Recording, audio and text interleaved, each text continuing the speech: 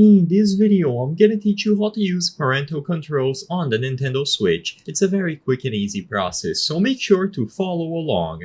Using parental controls on your Nintendo Switch is possible, however, this is something that you must do through the mobile app that you can find on the Play Store or the App Store. You will be able to download the app and you are only going to be using the Nintendo Switch console to set it up. So download the application called the Nintendo Switch Parental Controls on the Play Store if you are on Android, or the App Store if you are on an iOS device. Once you have the latest version of their mobile app, follow the instructions on screen to set it up. You will be able to go into the settings of the Nintendo Switch console and find the option with the same name, Parental Controls. Once you connect both devices and you have the application ready to go, you will see all of the Nintendo Switch consoles currently connected from the home screen.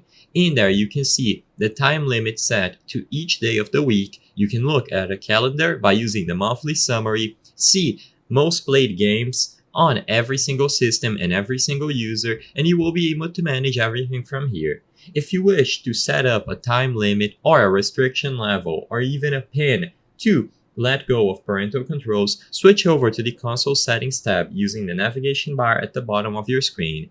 In there, you have the three major settings that I just mentioned: playtime limit, restriction level, and pin. So select the specific Nintendo Switch console that you would like to alter these for, and you will be able to set them up as necessary.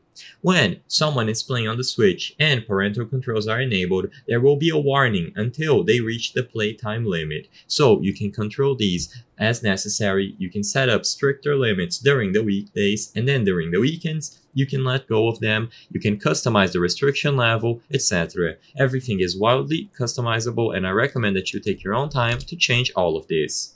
I hope I was able to help you on how to use parental controls on the Nintendo Switch. If this video helped you, please be sure to leave a like and subscribe for more quick and easy tips. Thank you for watching.